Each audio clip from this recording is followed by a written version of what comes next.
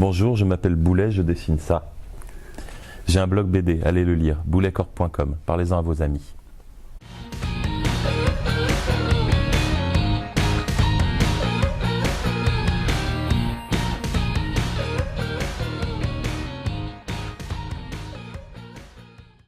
Bravo Thib, ta question a été sélectionnée. Ah, c'est super dur à dire en fait. Tout ce qu'ils citent en fait, en plus, ce sont vraiment les avatars de la pop culture du moment. Et j'ai pas l'impression que ce soit des œuvres décisives qui aient influencé ça. C'est comme quand j'ai commencé à faire de l'heroic fantasy pour rigoler. Au début, je faisais Ragnarok chez Glénat, c'était une BD jeunesse heroic fantasy. J'ai aucune culture heroic fantasy, j'ai lu Le Seigneur des Anneaux du genre quand j'avais 25 ans et ça m'a ennuyé. Enfin, je dirais pas que c'est une référence. Mes références en matière d'heroic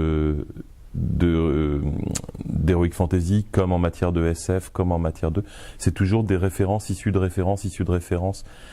C'est du jeu vidéo par exemple, ça va être quand j'étais gamin, je lisais les livres dont les héros, qui s'inspiraient beaucoup d'univers heroic fantasy et qui du coup, voilà, c'est une sorte de méta-influence et qui forment toute cette espèce de pop culture globale. À la limite, si mes influences, elles vont être plus la vulgarisation scientifique. C'est-à-dire que quand je fais de la SF, j'aime bien parler de trucs que j'ai lus dans des bouquins de physique, pas dans des bouquins de SF. Pareil, quand je parle de dinosaures, j'aime bien m'inspirer des dernières théories à la mode qui sont ressorties. Il y a quelques années, avant qu'on en parle partout, j'avais lu un bouquin sur les dinosaures qui parlait des dinosaures à plumes et j'avais fait une BD dessus. J'ai fait des BD sur la théorie de l'évolution, sur l'hétérochronie, la pléiotropie, ce genre de choses. Mais ça vient de bouquins de vulgarisation, ça vient pas du tout. Je suis nul en sciences, hein, j'ai aucune connaissance scientifique, mais j'adore lire les bouquins de vulgarisation parce que ça se lit vraiment comme des bouquins de SF ou des bouquins de fantasy. Et donc mes influences finalement elles viennent plutôt de là, je dirais. J'ai eu une période Asimov quand j'étais jeune, je lisais ça quand j'avais 17-18 ans. En fantasy, j'étais très influencé, à un moment vraiment très influencé par Terry Pratchett. Ça avait été une grande découverte. Je devais avoir la vingtaine. Bradbury aussi en SF un peu, mais comme je disais, j'en lisais pas des masses. Je lisais beaucoup de Stephen King quand j'étais ado, et je pense que ça m'a pas mal marqué aussi. Ces univers très sombres qui en même temps sont souvent assez proches du quotidien. Finalement, je me retrouve une sorte de filiation. En termes de BD, comme tout le monde, hein, Moebius, Franquin. Après, une grosse influence des mangas quand j'ai fini par m'y mettre. Grosse influence de Calvin et Hobbes, je dirais aussi. J'essaye de trouver, mais ça dépend beaucoup des époques. C'est-à-dire qu'il y allait avoir une époque où j'allais jurer que par la BD franco-belge et être influencé à mort par Franquin, etc. Et puis après, 6 mois plus tard, ne plus lire du tout de BD franco-belge, mais être à fond Calvin et Hobbes. Et puis après, oublier Calvin et Hobbes pendant 10 ans et lire que du Moebius. Je dirais, j'ai pas d'auteur préféré, par exemple. C'est hyper dur quand on me demande ça. Quel est ton auteur préféré? J'en ai pas, quoi. Enfin, ça dépend. J'en ai un cette semaine. La semaine prochaine, ça en sera un autre, quoi. Enfin, donc voilà.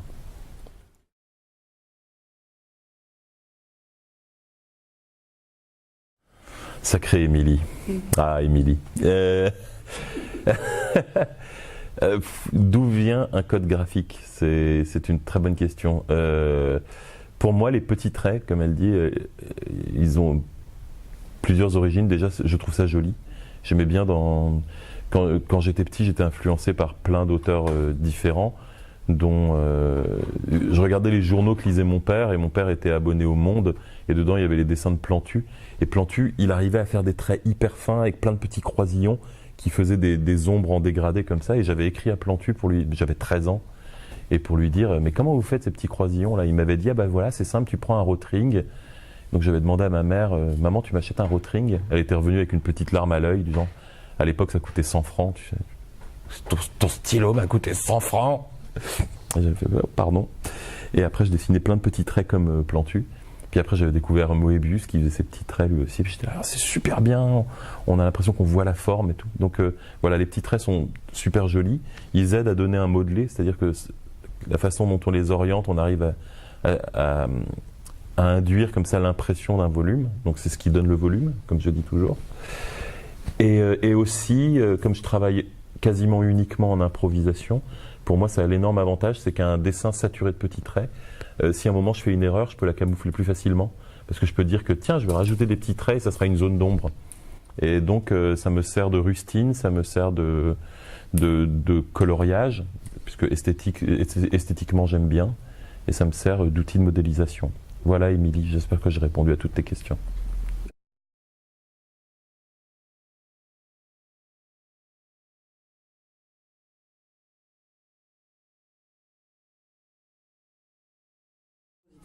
Oh, merci de rien.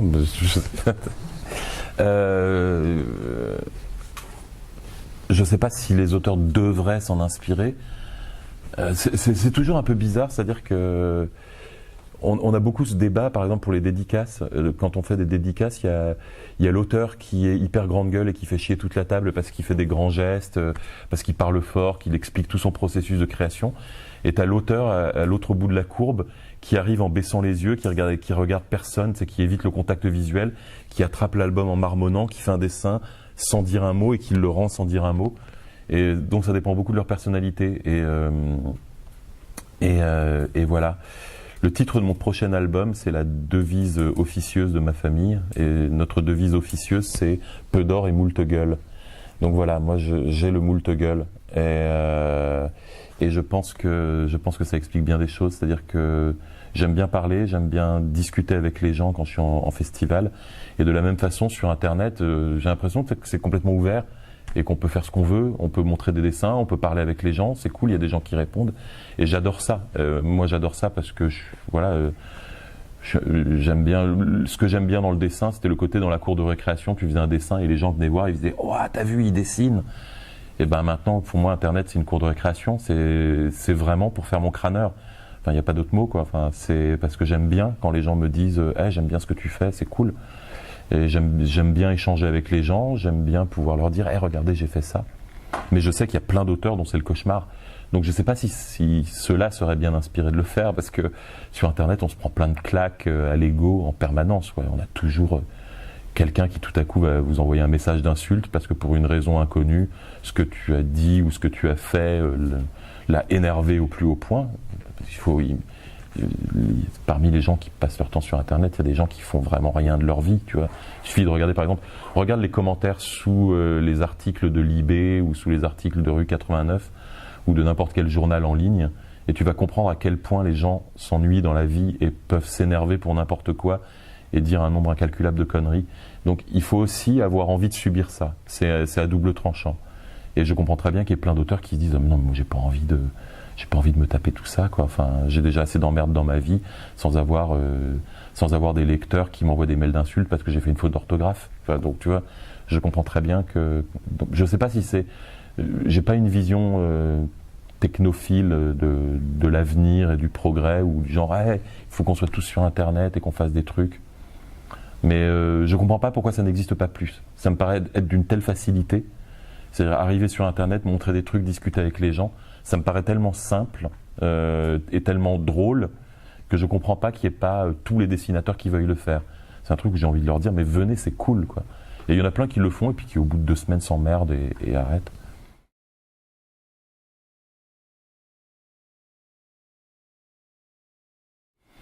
Ah, ça c'est le débat qu'on a régulièrement, le turbomédia. Il faut peut-être rappeler ce que c'est que le turbomédia, je sais pas.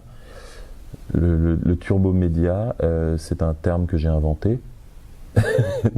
Là j'imagine déjà Balak s'énerver derrière son ordinateur. C'est un groupe de dessinateurs, donc il y a Balak, Malek, Bill, Gobi, plein de gens comme ça qui ont bossé dessus, Laurie, et ce sont des gens qui font des vidéos interactives.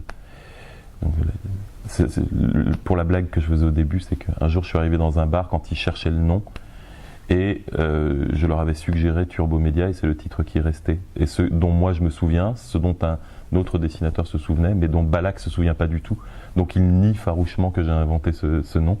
Et on se livre une bataille médiatique sans merci depuis 2 ans pour chacun disant non, c'est pas lui qui l'a inventé, si c'est moi qui l'ai inventé. Et depuis, le dessinateur qui s'en souvenait s'en souvient plus. Donc maintenant, c'est vraiment sa parole contre la mienne. Et je suis plus du tout sûr maintenant, du coup. Bon, c'était une belle digression aussi. Le Turbo Média, donc, c'est de la BD interactive sur Internet. De la BD qui prend en compte le format multimédia, la fenêtre qui se déroule, ou alors la fenêtre unique où on passe de case en case en appuyant sur une flèche. Il se revendique de ne pas être de l'animation, de ne pas être du jeu vidéo, mais être vraiment de la bande dessinée avec une couche de lecture supplémentaire liée à l'interactivité. Le Turbo Média, pour moi, c'est pas l'avenir. Ça, c'est sûr. C'est pas l'avenir de la BD. Pour moi, le futur de la BD, c'est pas des BD interactives pour tout le monde et tout le monde qui fait des BD interactives. C'est absurde. C'est une branche de la BD, c'est une niche écologique de la bande dessinée qui peut avoir des œuvres magnifiques. Moi, ça se rapproche de Lou Bapo pour moi. C'est-à-dire que Lou Bapo, c'était l'ouvroir de BD potentiel, comme fait par, je cherche des exemples maintenant, Jean-Marc Mathieu, Trondheim, qui ont fait ces BD un peu concept, qui se lisaient dans tous les sens, etc. Où il y avait de très bonnes idées, on peut faire des chefs-d'œuvre. Il y a des BD de Marc-Antoine, je sais plus, je crois que je me suis trompé sur son nom. Mais Marc-Antoine Mathieu a fait des BD magnifiques dans ce genre-là, mais c'est pas pour ça que c'est devenu le genre que tout le monde allait faire. Pour moi, le Turbo Média, c'est pareil. Il va y avoir des chefs-d'œuvre, il va y avoir des trucs pourris, et c'est un truc qui va être une branche à part de la bande dessinée. Et pour moi, c'est quelque chose qui est vraiment sur le fil du rasoir. C'est-à-dire que ça peut être très bon, mais d'ailleurs, le groupe Turbo Média essaie de le définir très clairement parce que c'est le truc qui peut très vite tomber justement dans le gadget. C'est un moment tout à coup, ah ouais, il faut appuyer sur une petite flèche pour faire apparaître la bulle, pour s'en fout quoi. Enfin, il faut que, pour moi, le Turbo Média n'a d'intérêt que si c'est pleinement justifié dans la narration. C'est-à-dire si le fait que ce soit interactif apporte quelque chose. Si c'est pour coller 3 animations dans des cases qui bougent, c'est pas la peine. Il faut que le propos justifie que les cases bougent. Et de la même façon, il faut que le propos justifie qu'il y ait besoin d'appuyer sur une flèche, ou que à ce moment-là, ou que tout à coup on change de sens de lecture. Enfin voilà, il y a eu des très belles choses déjà faites. Moi, je suis toujours curieux et j'aime bien lire sur ce format-là.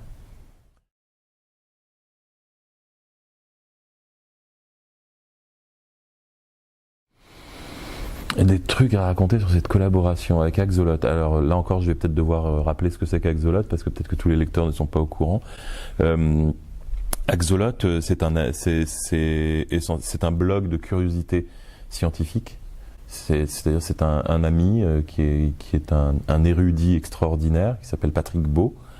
C'est un grand gaillard à grosse voix et qui faisait de la radio avant. D'une radio, enfin un podcast, un peu son podcast, et qui après a fait un blog écrit qui s'appelait Axolot.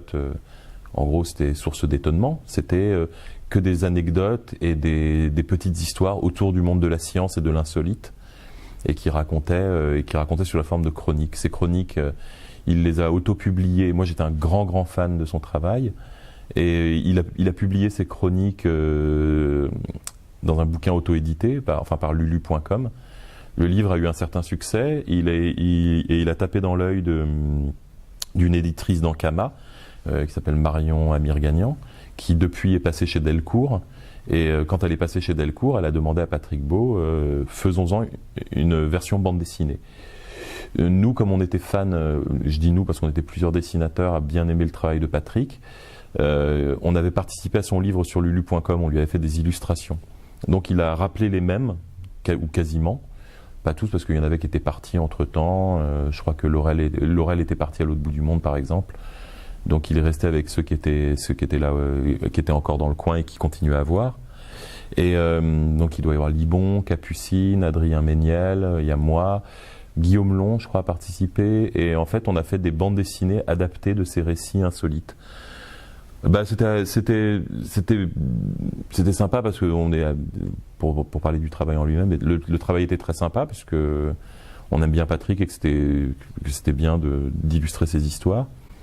Après, ce qui était assez bizarre, c'est que moi j'ai eu une histoire à raconter, et c'était sur un truc un peu historique comme ça. C'est l'histoire du Turc mécanique.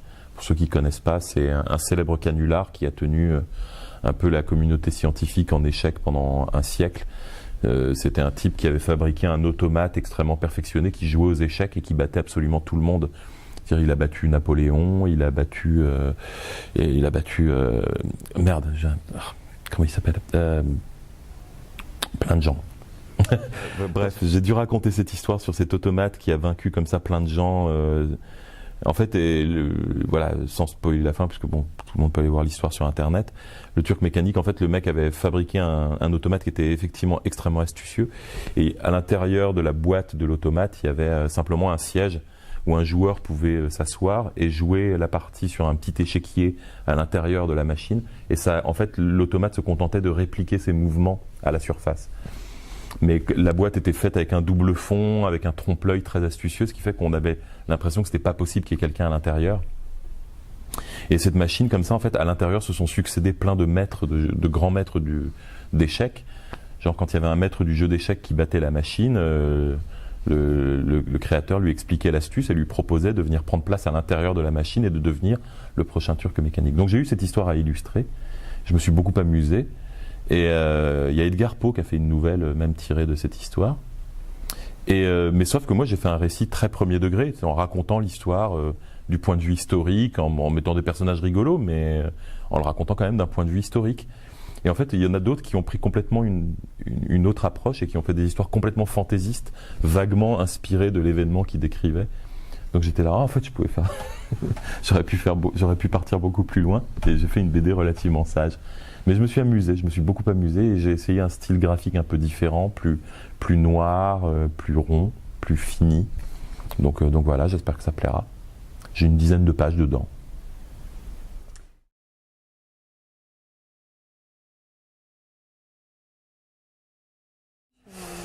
Ben, on est très content, j'imagine. Zach, en fait, j'étais fan de son travail depuis longtemps. Il fait ce blog aux États-Unis qui s'appelle Saturday Morning Breakfast Cereals, avec mon bel accent. C'est vraiment un blog de nerd. Hein. Il parle lui aussi beaucoup de sciences, de maths, etc., de pop culture, et il fait des petites histoires, souvent en une case, deux cases. Quelquefois, il est plein d'enthousiastes et il fait 5 ou 6 cases.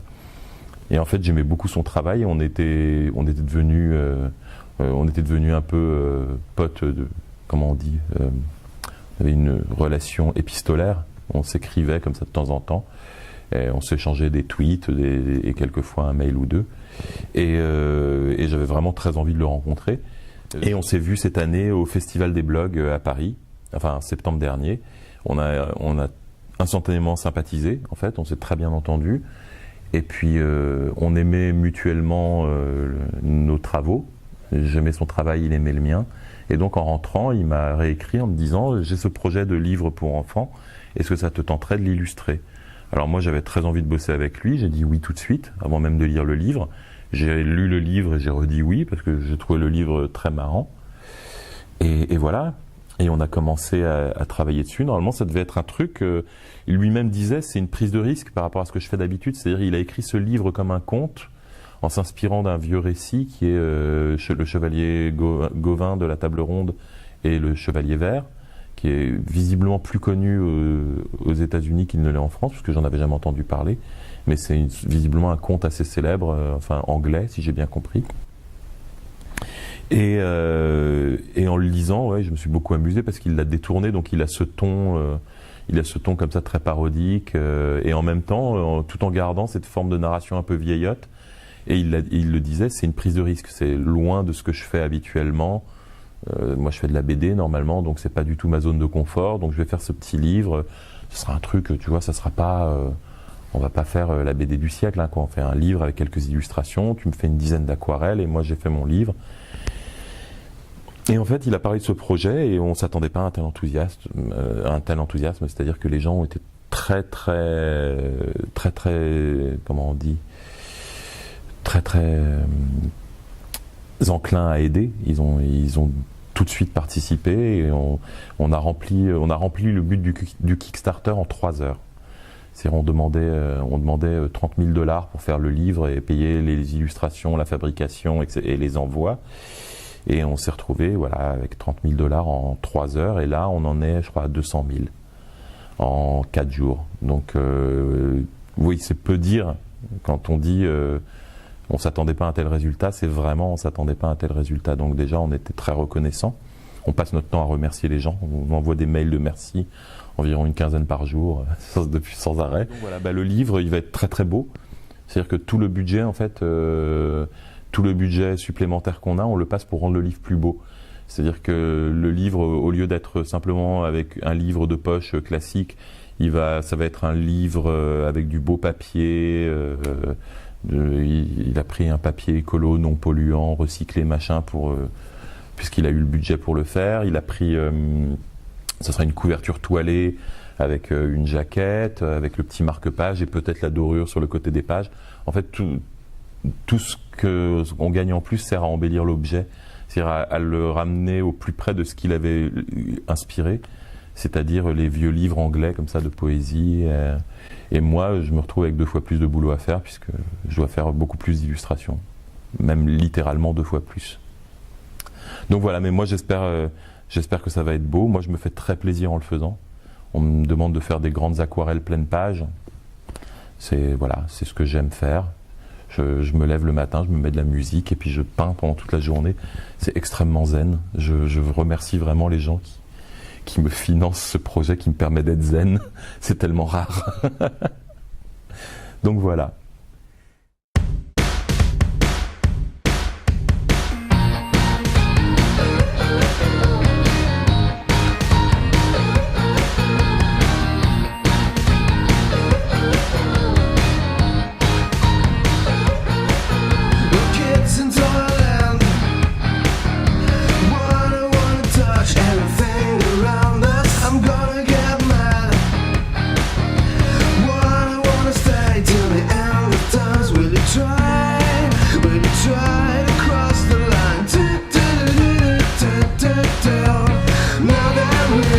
Together, it's right.